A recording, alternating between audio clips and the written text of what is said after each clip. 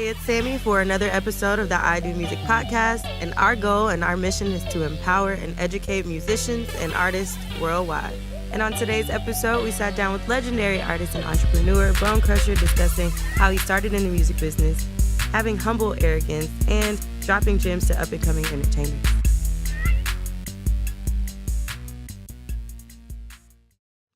Hey, it's Sammy for another episode of the IdOMUSIC podcast, and I'm sitting down with the legendary hip-hop artist, Bonecrusher. What's happening? How you feeling? Well, And I got to give you a little bit more than just artist, entrepreneur, businessman, chef. Yeah. you got a lot of different ventures, actor. Yeah. Yeah, and we're going to talk about all of that. Okay, wonderful. How you feeling, though? You good? Well, I'm outstanding, loving life as we know it. And the celestial plane is beautiful. Tell us more about the celestial plane. Well, life is based around greatness and wonderfulness. And we sometimes live in the negative. So I prepare myself of an empathetic journey through life. So that's what I mean by celestial plane. It feels beautiful, doesn't it? It does feel beautiful. We actually just talked about the fact that you have just done so many different ventures from, Right. But obviously a lot of people know you for what you did for the music business and what you did in entertainment and the crunk era. Right. Yeah. Right. So let's talk about when did you start in the music business and what year was that? As officially, because Greg Street told me that if you don't start the music business until you get your official check, right? So my official check was in 90, whatever year. What year did the Getting It album come out? So I co-wrote the remix of Getting It for Too Short with a band called The Chronicle that I performed with for many years. That was my very first check. Wow. Yeah, and it was like $300. How'd you link up with them? I met Too Short. Back in the day, we would have these sets where we would go on Tuesdays to Oxygen. Thursday, Oxygen used to be in Buckhead. Now it's like Little Rodale Drive. But Thursday, we would do Yin Yang, which is now Apache Cafe. Oh, wow. We did that for like 8 years. And so every Tuesday and Thursday, you would never, you could never imagine who would be in these clubs. It would be Too Short, Prince, Brian McKnight, Da Brat, Jermaine, Dallas. Anybody. Back when Atlanta was about the party, it wasn't a big, like it is now. Mm-hmm. So one night, I was performing with the band, and Too Short was in there, and we was getting, we was rocking and whatever. He said, "Hey, man, I want y'all to do a remix to this record I got." And we was like, "Cool, let's do it." So we went into the Oaktown studio and we cut it. And it was crazy because that's the first time I met Pimp C too. And it was Really? Yeah. Well, how was that experience? It was amazing, man. Pimp is the energy there? Always. Pimp has always been, God rest his soul, always been 1,000 every time you meet him. He was always a very genuine spirit, very honest, very transparent, always willing to share information. So, God rest the great. Yeah. How does it feel? I mean, like you've been in the business for so long, Right. seeing legends, and people, your friends and that you did business with come and go. And I'm sure that's like a bit emotional, but to know like you're here and you're used to, you can just tell about it, what you started off the conversation with, like your perspective now versus probably back then. I mean, I think that, now it's beautiful because the kids are reaping the benefits of the things we've done.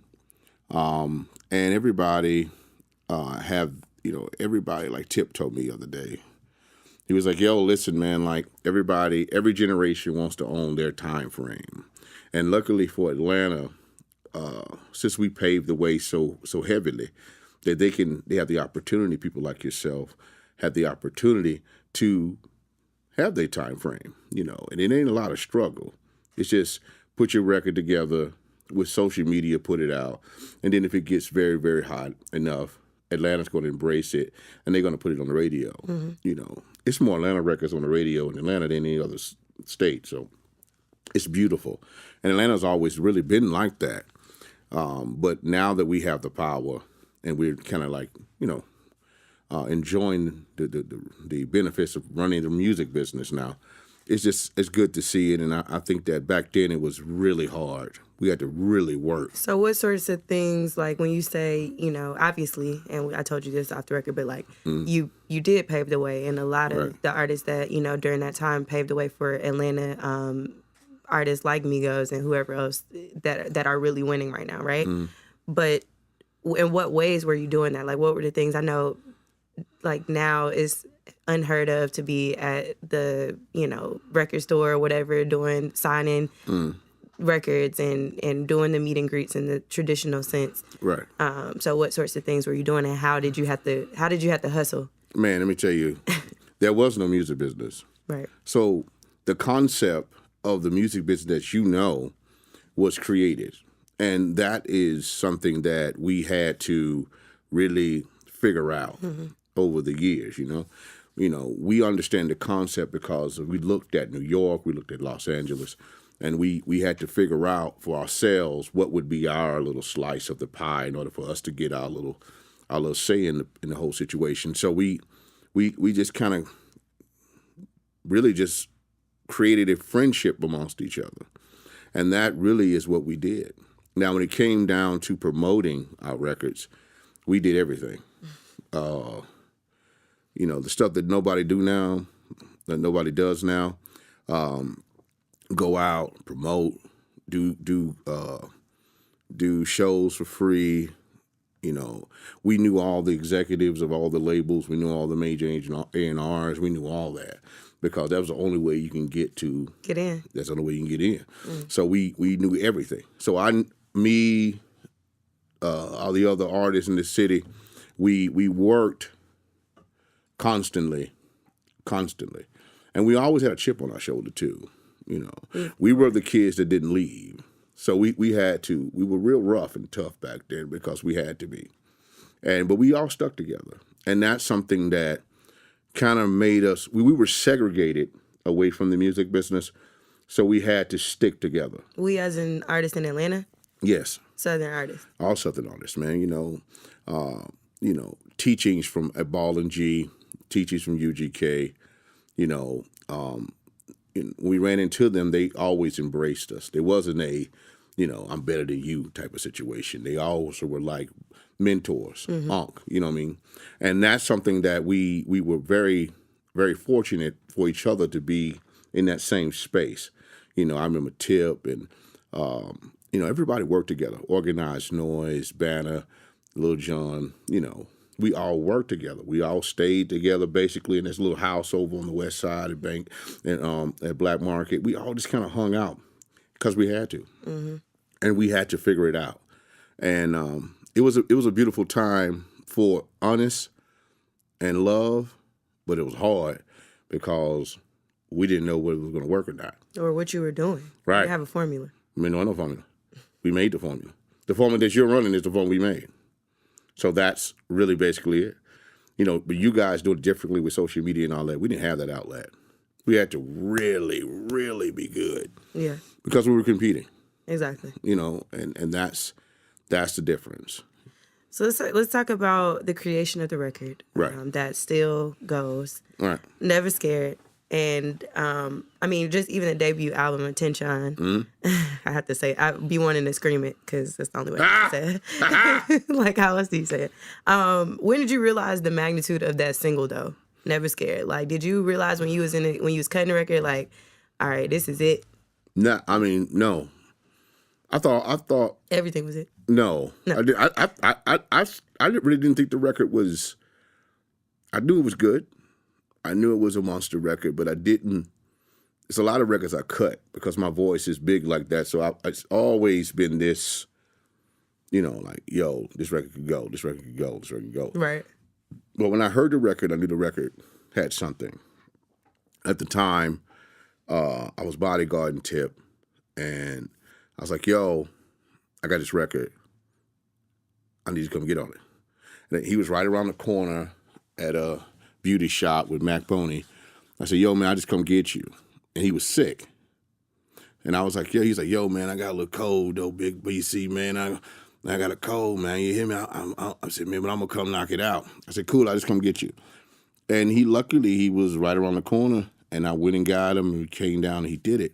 And he's always been on that genius type of flow style, but he really created something special on that record. Mm-hmm. And his whole street element came all the way to fruition on that record. Mm. And it took him to a whole nother space. I'm really proud of Tip. He's doing very well. And but that came in, and then even with Killer Mike, who's from my neighborhood, I brought him in and got him on the record as well. Y'all grew up together? No. I'm older than I'm the older. I'm sorry. I'm the older than Killer. Okay. But he's from the same side. Yeah. But he's a monster rapper. Great businessman, wonderful spirit. So, but that's really how it came. And when we did the record, it was really essential for the city of Atlanta. It did a lot for the city of Atlanta. Mm-hmm. That one record was the catalyst that made it possible for music like that to flourish. Yeah. I mean, I would even say to this day, like, you're not going to a tailgate in the city and not hearing that. Right. I just vividly remember that era of crunk music. Like, that was a big, Atlanta, that's when we were dancing. When you go to a dance, like, you were going to dance. You felt the need to move. It was just a certain energy when you talk about crunk music. Whenever your record or Lil Jon or Pastor Choi came on in the city. Yeah. You know the energy. You created it. So it's like, just talk about the era that you birthed in music to even get us to where we are now. Like, obviously it's just who you were and who you are in terms of like what you're projecting over the record. But I don't know, it's a certain energy that Atlanta creates too. I think it's just it was really all about the music and the dance and having fun. That's why it was so dope, because we didn't know that there was a check. We didn't know that there was going to be benefits at the end of this. We were just doing it because that's what we felt, and we really enjoyed it. And the clubs were different. Wasn't a lot of killing at the clubs because nobody cared about the dress code. We went in the club, we went into the dance, get crunk, get crazy, have a good time. It wasn't about the fashion. It wasn't about what you got on. It wasn't about none of that. We wasn't no VIPs and all that stuff. We didn't do that VIP stuff back then either.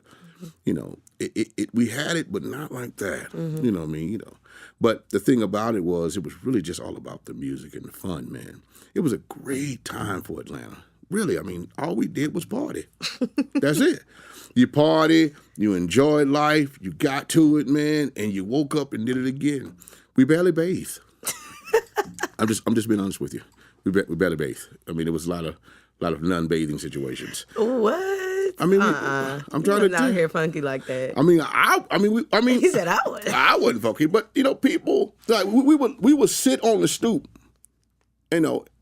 all day on the porch, and then go to the club. It is hot in Atlanta, y'all. It's hot. We go hang out, man, and enjoy it. You know what I'm saying? And that's what it was really all about. It wasn't about nothing else but just a good time.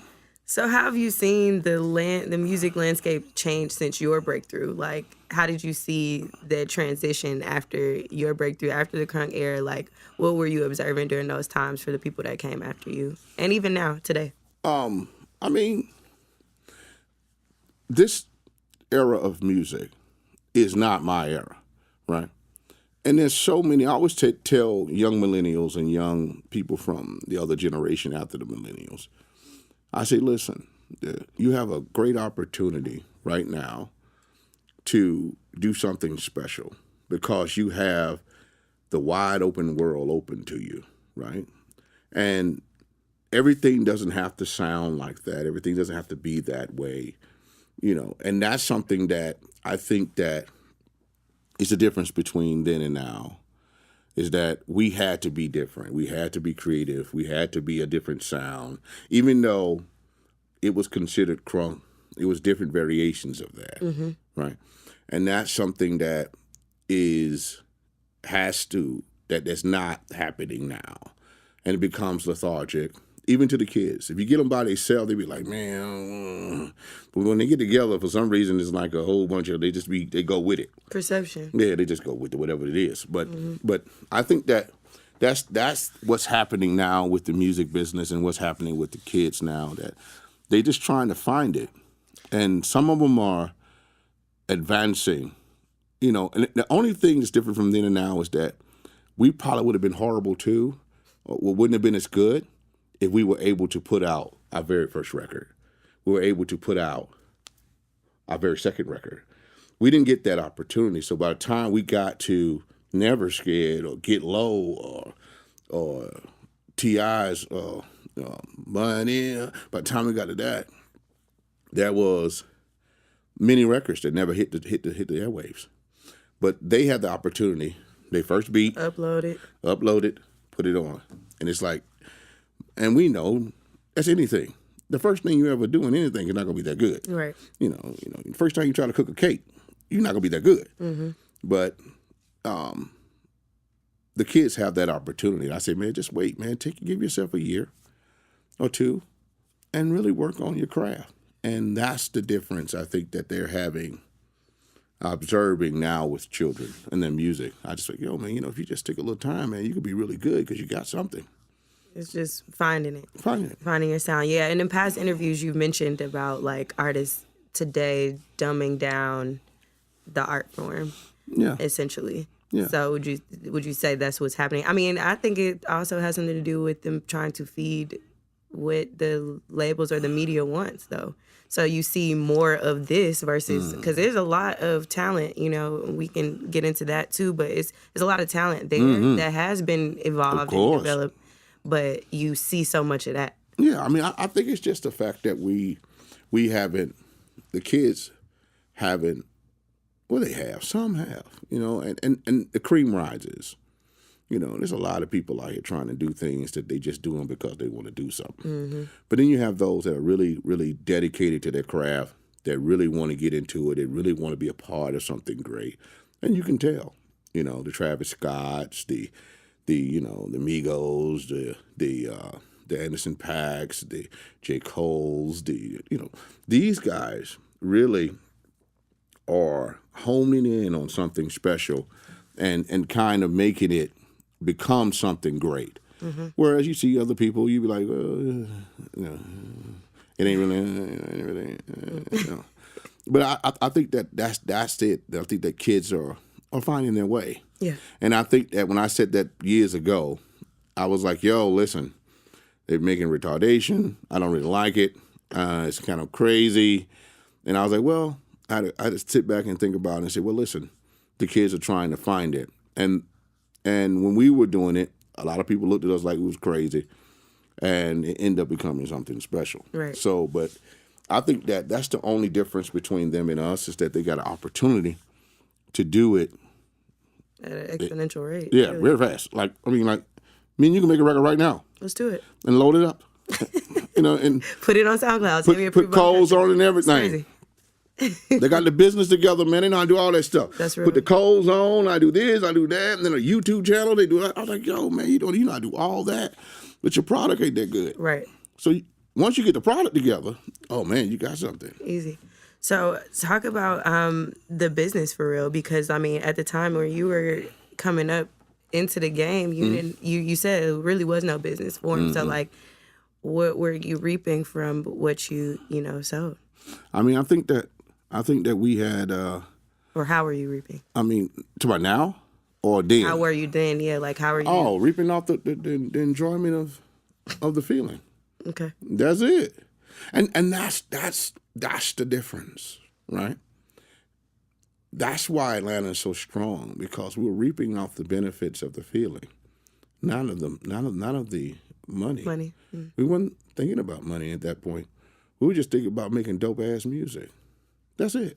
I want to make some dope music, man, because, we got to beat these people because, they win it. So we got to be better than them. Stage show, cadence, verses, music. Got to be better. We got to be better because we're competing with greatness. So you got to be better than greatness. So how do you do that? You come with your own sound, right? And that's the thing. Like, it's 400 million rappers right? An artist in the world, right? In order for you to become something great, you have to be better than that person or have a better marketing scheme than that person. You have to have something better.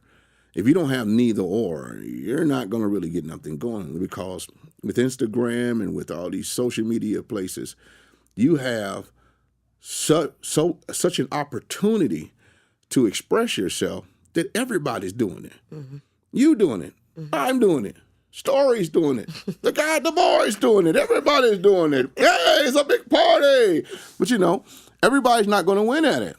The one that has the better plan, the better sound, the better product is going to win. Right. That takes time. And you build that up, man. And some people just have the it factor, and they can just say anything and it works. But everybody don't. Right. A lot of people don't. Yeah. Talk to us about the Lyrical Giants. Oh, man. The LGs, that is what I'm talking about. That's the feeling, you know. Lyrical Giants is Biza, Cottonmouth, and myself. And that's back in the day. We were a part of the Atlanta sound and on the club level back then. We ran the club level back then, actually, with the band The Chronicle. And, you know, and we were working with Black Mark Entertainment, which is Lil Jon and Trillville and all them. But Trillville came a lot later. They were young. They were high school then.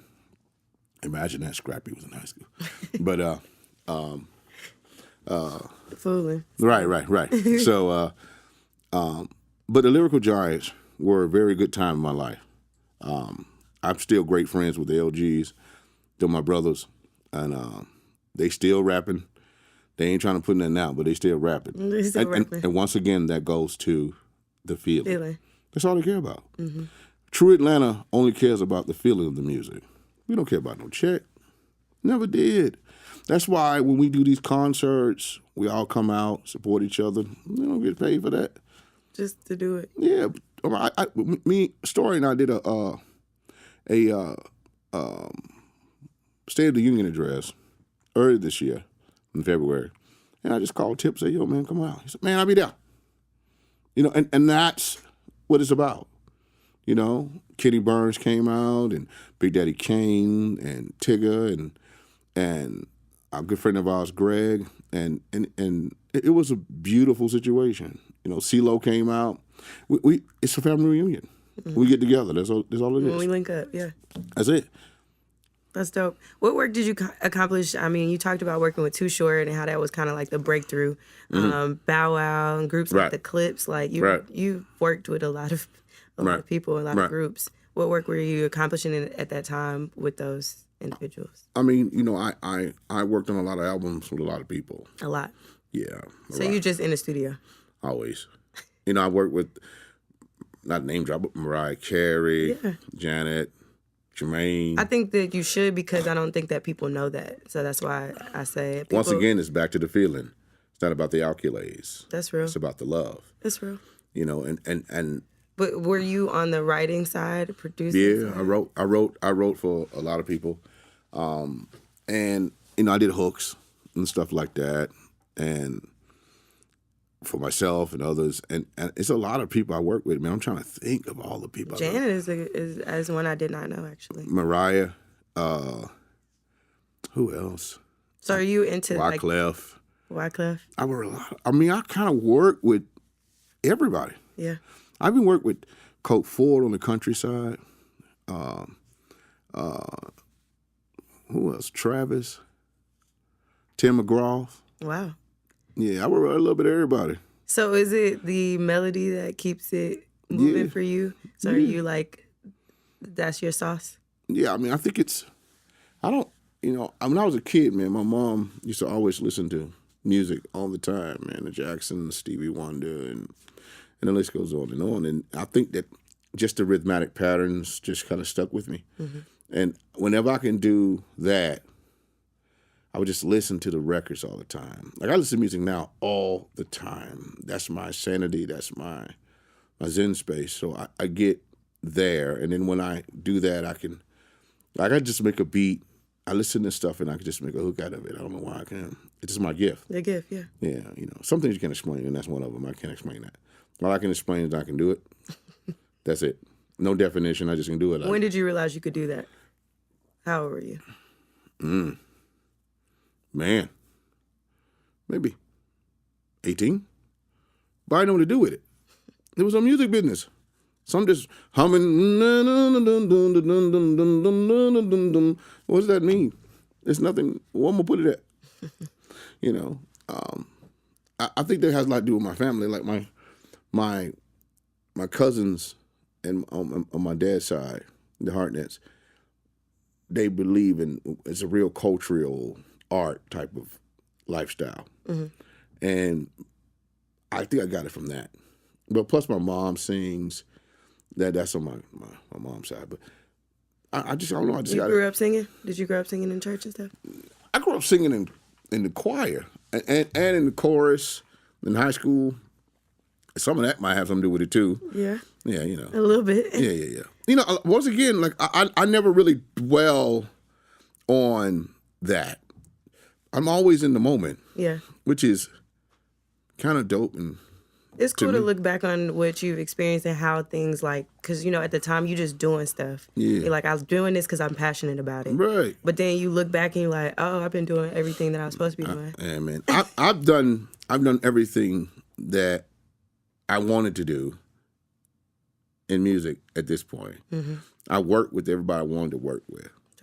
Except for 2 people that have passed on. I didn't get a chance to work with Barry White. I didn't get a chance to work with Isaac Hayes. But, if I ever get an opportunity, I want to work with Quincy Jones, which was the epitome of everything, Right. So, but as far as music go, man, and the music business, I've experienced the top of the top. I've been around some of the best to ever do it.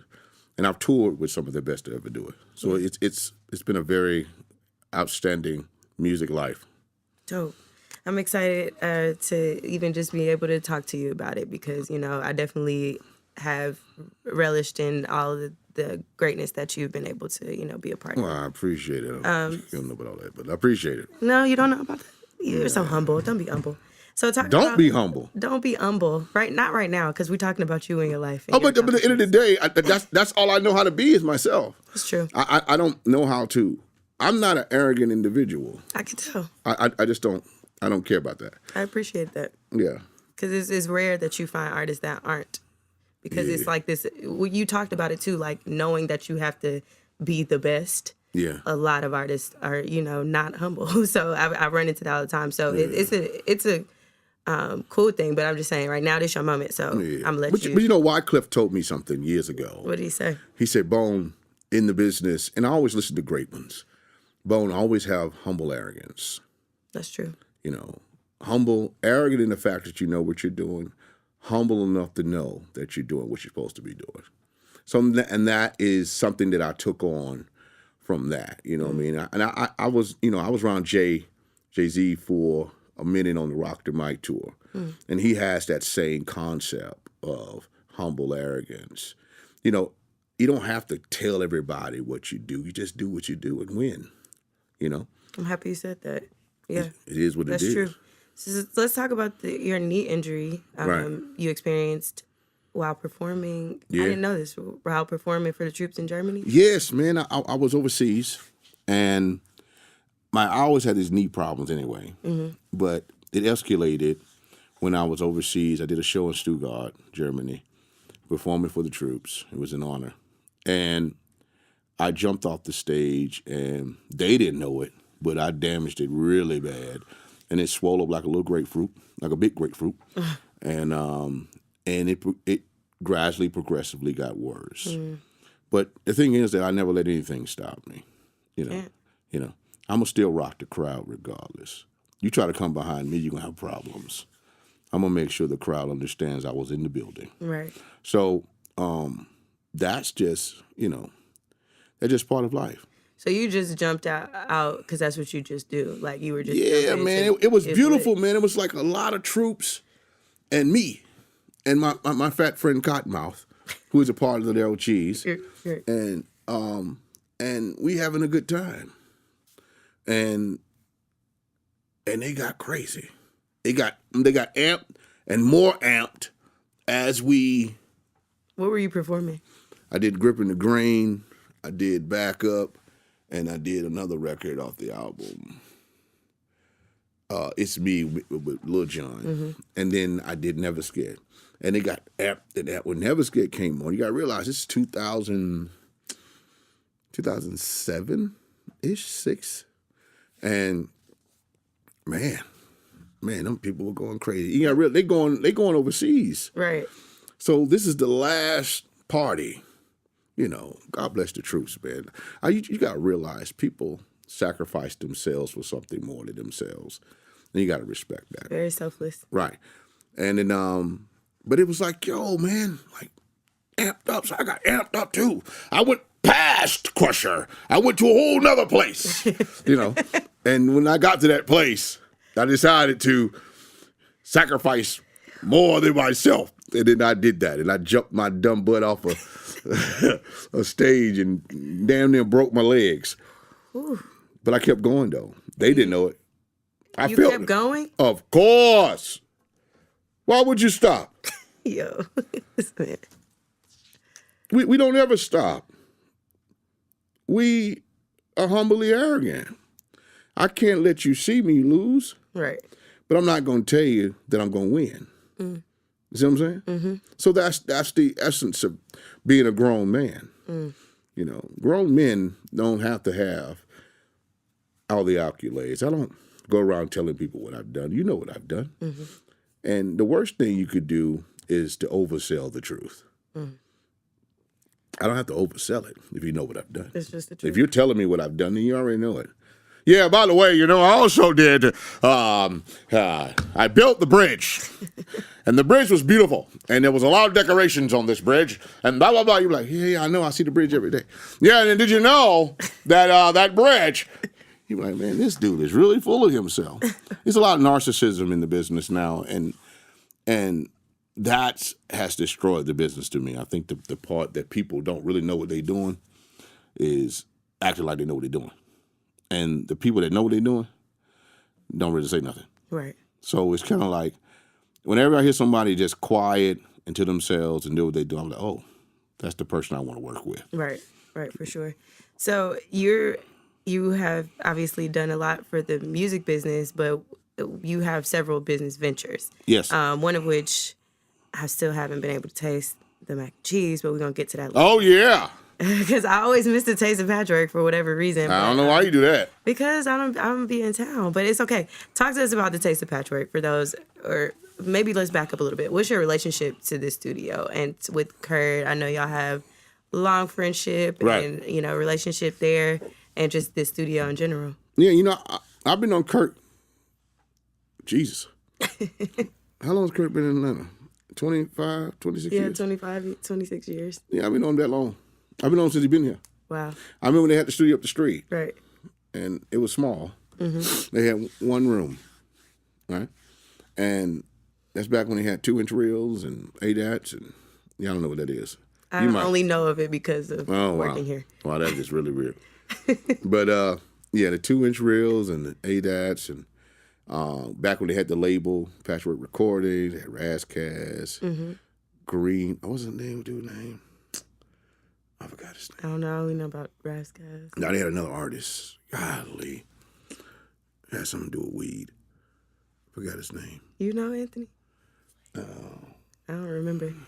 Anyway, they had another artist, and but the whole thing is that I've been knowing Kurt for a very, very, very, very long time. And as long as I've been knowing Kurt has always been helping. And he's always been, he's really like an Atlanta dude, but he's not from here, right?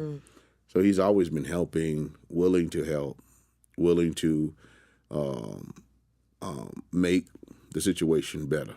So as long as I've been knowing him, that's who he is. And he's just like me, man. He ain't overselling it.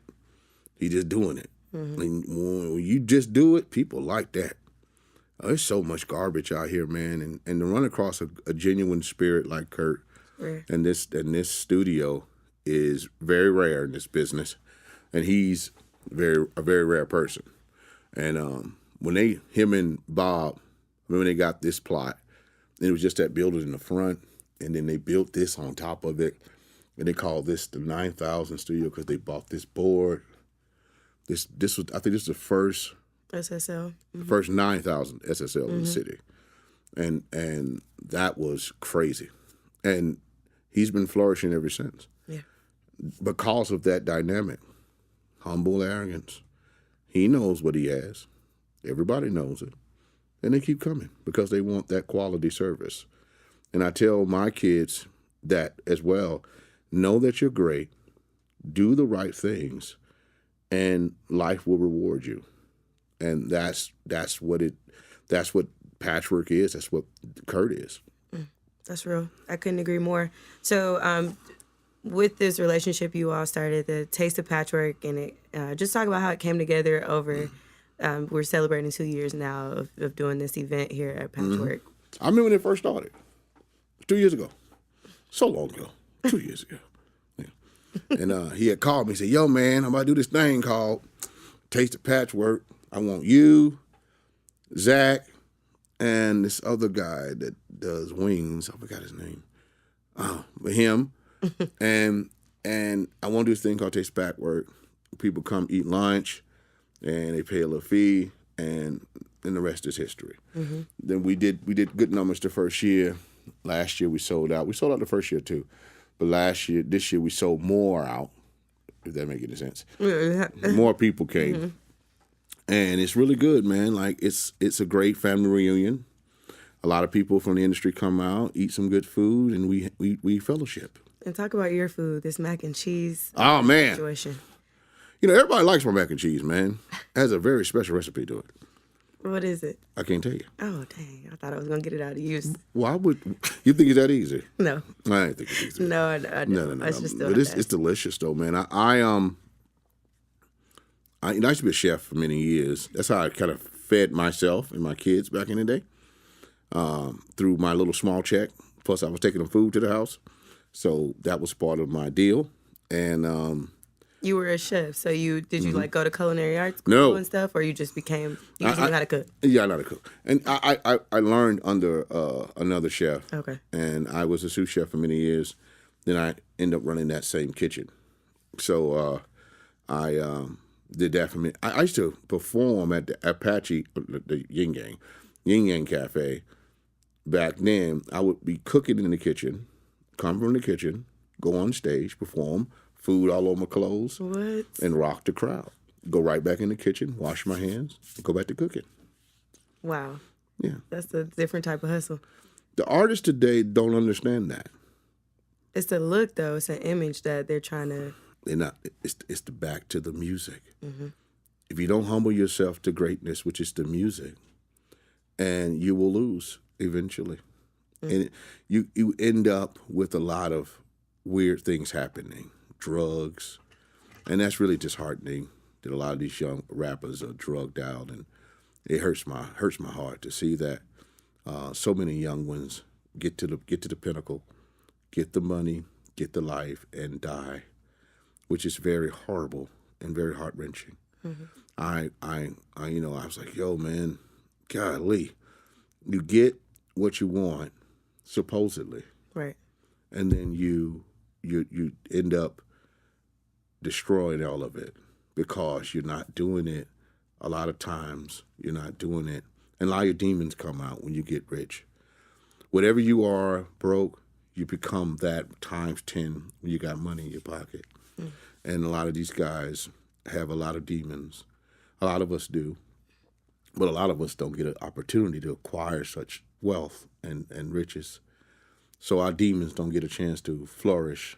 And a lot of times these cats get in that space. Even myself and a lot of other artists, whatever you are as a person, you get to that space, man. And a lot of time we need a lot of mental health.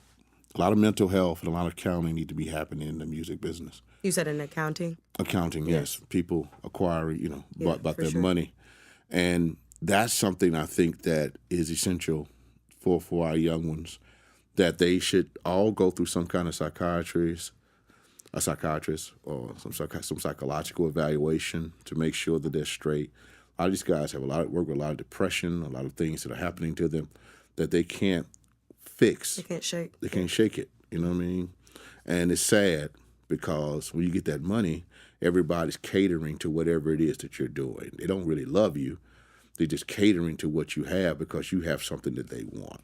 I mean, we can really go into like what you're talking about in the music. You're talking about your life and, you know, what you've experienced, what you've seen. All of that is traumatizing. So, I mean, I don't know how you grew up, but I know you grew up here in the city.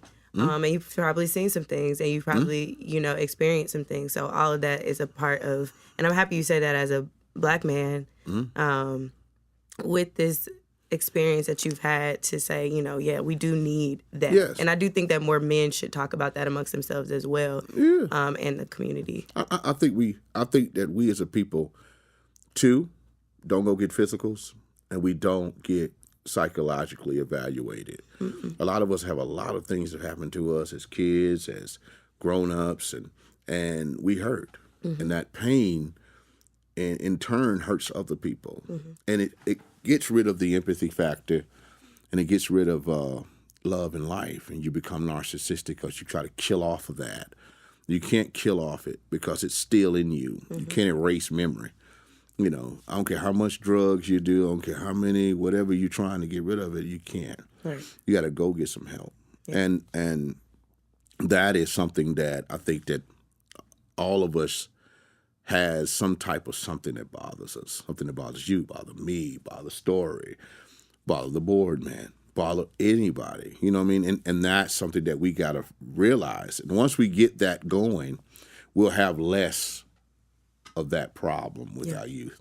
We'll have less than that, you know, and the drugs, man, it's just like. So let me ask you about drug. I mean, because obviously it's really apparent today in the drug culture. It's like it's wild what we're seeing, but I feel like drugs is always a big thing in entertainment in general. Yeah. Like, people have always had fell into the addiction of drugs and sometimes fallen short of that addiction and you know, so on and so forth. But did you see that while you were in the business, that people were just grasping onto that and leeching onto that as much as it is, or how prevalent it is today? I mean, you know, my thing is that drugs are always going to be in music, you know, just part of it. But it wasn't celebrated like it is now. It's celebrated to be a fiend. It's celebrated to be. True. Like back then, it was like, yo, man, like really, dog, like you getting crazy, chill, man. You need to chill, man. You doing too much blow. You doing too much of whatever. You doing whatever you doing. You doing too much of that, man. You got to slow down on that, bro. But that's messing up your money, right? And, but now it's like, if you're not doing that, you whack, which is horrible. Yeah. Now you're creating a generation of druggies. And you don't want that, you know. You don't want a bunch of druggies, you know. That's what they want, but we don't want that. We don't want that, you know. And the thing is that we got to kind of make sure that kids understand and grown-ups understand that that's something that shouldn't be celebrated. Right. You don't celebrate it. I mean, you know, it's like somebody taking a drink, right? Yeah, we drink for elevation, libation, or whatever. But you don't celebrate the drinking. You celebrate the feeling, the moment. You know, like, man, when people say they had a great time, they might say, man, we had a couple shots, man. Then the party was crazy. You're not celebrating the drinking. You're not an alcoholic. You're just trying to loosen up and get yourself ready for the party, right? And that's always been there. But we have to, nowadays, you got to get so toe up and you're just sitting there, man. Like, I went to the club not too long ago and I'm like, yo, man, where is the energy? These kids are 20, 19, 22. You know, where the energy? There's no energy there. And it's just sad to see it. And I hope that they understand that. I hope this is just a phase. And it phases away. Me too. And the music becomes back to what it was supposed to be. It's all about the music. Yeah. It ain't, you know, you know, guys smoke weed, they do this, they do that. But, you know, it's all about the music in the day. I agree. So let's talk about, before we kind of wrap things up, is Crusher Consulting. I didn't know you had a joint business with your spouse. Yeah. Story, shout out to Story, she's here. And y'all have a company together. Yeah. So how did y'all form that? Because I know you were telling me, you were doing something, y'all were connecting dots separately, and you're like, well, let's just kind of do this together. For many years, I have personally helped a lot of artists get on. I mean, a lot of artists rich, and for years I would do that and not want nothing back. I just be kind of like, yo, you know what I mean? Like, I can hook you up with that, bro. You can do this, did that, this and that, because I just like do that. And then one day I was on the phone with somebody else for about 2 or 3 hours, and Story was like, you know what? This got to be a business. You just gave that guy consulting for 2.5, 3 hours. And you got to start kind of figuring out how that could become something. I was like, well, I didn't think about it like that. Why not? So we end up forming a company together, and she does the same thing on her end with her friends. She hooked them up, do this, do that. She's been doing it for many years. And it's effortless for her, so we decided to just make a company out of it, and we've been doing it for a minute now. We work with a lot of young millennials. We help a lot of older artists, and it's been a great time because we get a chance to mentor them, and they get a chance to share their wisdom with us, and we love it. And it's Crusher Consulting LLC, and we are here to just elevate life. That's dope. Ethically. Business ethics is what it's about. Yeah, that's what's up. I know you've been featured in several films. Yeah. And we don't really have to get into it, but being from Atlanta myself, right, and seeing this movie come out that was literally like about Atlanta. Well, originally supposed to be about the skate culture, but we know like it became ATL. Yeah. It became, its thing. And a lot of times people who not, like when I went off to school, when I went off to college and everything, they always refer back to the movie, refer back to the text.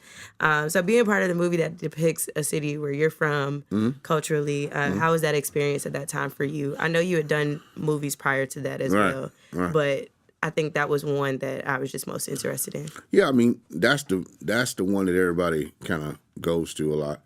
It was really dope, man. I got the call, and I just happened to be in town, and I went over, and it was dope because it was all my homies, Big, Tip, Killer. See who's just on set with the crew. Yeah, it's the same dynamic, and it's always fun because we could be ourselves when we're together. There is no Bonecrusher, Tip, Killer Mike. It's friends. Man, what's happening, man? Blah, blah, blah, blah. We cracking jokes, tripping.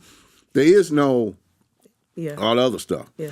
So it was an amazing experience, and it launched Tip's movie career, and it was beautiful, man. And I got a new movie coming out. Yes, TV1, right? TV1 called Deadly Dispatch. I starred with Tamala Jones and Dominique Person, and from Insecure. Oh. And but it was it's a wonderful movie about a guy who's wants a taxi dispatch, and he marries the wrong woman, and she ends up killing him for the insurance money. Wow. I wish I could tell you about it because they're already talking about it already. Yeah, I figured. That's dope. So you still staying active in this film and TV business. Yeah. And you got your business going. How you balance all of this and having a family and being a part of transparency and love. That's how. And, Story's with me all the time, so that's cool. And my son, Jamal, who's an aspiring artist right now, he's a monster. He can play piano, he can sing, he can rap. He can do way more than I can, actually, which is really dope. And my daughter, who's Maya, who's a artist, and she draws, and she's done a few residencies around the city. Dope. Yeah, and we it's great, man. Like, it's a good life. At the end of the day, we always think we should be doing better, but it's always good to be in a zen space, a calm space. Yeah, for sure. Yeah. That's what's up. I'm happy that I had the opportunity to speak with you. about the journey, about what you're doing now. I wish. Oh, I got some music coming out too. So, but go ahead. What? Go ahead. Yeah. Wait, no. Continue. No. But you know, I got my artist Barry Hughes coming out. Barry Hughes is great. He's coming out on the top of the year. He from here? No. Where you from? He's from another place. Another place like Mars or like another place? He's another place. I can't tell you yet. Outer space. Yeah, he's from outer space. But so he's coming, and we got a few other artists on the roster that's going to be coming as well. And we're just working on that. But the top of the year, Barry Hughes is coming, and the music is... It's good. It's great. Man, it's great. I'll let you hear some of it. Yeah, please. Afterwards, I'll Yeah. Let's check it out. Dope. I appreciate that. I didn't mean to. I didn't know that we had artists, and I would have definitely talked. No, you're good. Yeah, because I'm humbly arrogant. So why would you know? Right. I don't ever talk about nothing. And my wife always tells me that every time. She'll be like, "Yo, you need to start telling people the stuff you're doing so they can know." What's going on? I'll be like, man, I don't care about these people. I'm just gonna do it. I'm just gonna do it. Well, I'm happy you let me know. So now we know Barry Hughes to look out for. We got music coming up. Yeah. Film on TV1. And the business is happening. It's happening. So if y'all need some consulting, they can come to you. Man, yes, of course. You got to be good, though. We don't take everyone. We only work with the best of the best. Of course. Because of our connections to life. And it's a reflection. It is a reflection. You're right. It is a reflection. Of you. So I appreciate you, like I said, sitting down with me, and I'm looking forward to all of the new music, all of the new ventures that you have set. Right. I'm gonna try the mac and cheese soon. I hope. Whenever. I mean, we're actually making something for Christmas for some people. Okay. So I put in my order. Is it too late? No, it's not too late. Okay, I'll put in my order. It's not cheap. I gotta order like a big pan. No, you gotta order a big pan, but it's not cheap. Okay. All right, then, baller. I mean, I ain't balling. Shot caller. We can 20 blaze only in Paula. Friday. We can negotiate. Anyway. Oh, now we're gonna negotiate. Tell them where they can find you on social media, where they can keep up with what's going on. I'm at the Real Bonecrusher. That's my Instagram. Not like they need to. Right. The Real Bonecrusher. The Our Love is my Facebook page, which I rarely use. Facebook is for old grown people. And then my Twitter is Planet Crusher. Planet Crusher. Okay, cool. And as always, you all can find us, the podcast, at IDM Podcast on social media, as well as myself at Sammy Approved on all social media platforms. Thank you again, Bonecrusher, for sitting down with me. Oh, yeah, I do Storytellers, too. Oh, yeah. And so Storytellers is at Storyteller. Mm-hmm. That's our Instagram. It's you snapped that one up. StoryTellah. Oh, tell us. And then same thing all the way across. That's for everything. Twitter, Facebook, and Instagram. Perfect. We look forward to all you got. Thank you again. You're welcome. Sonically superior.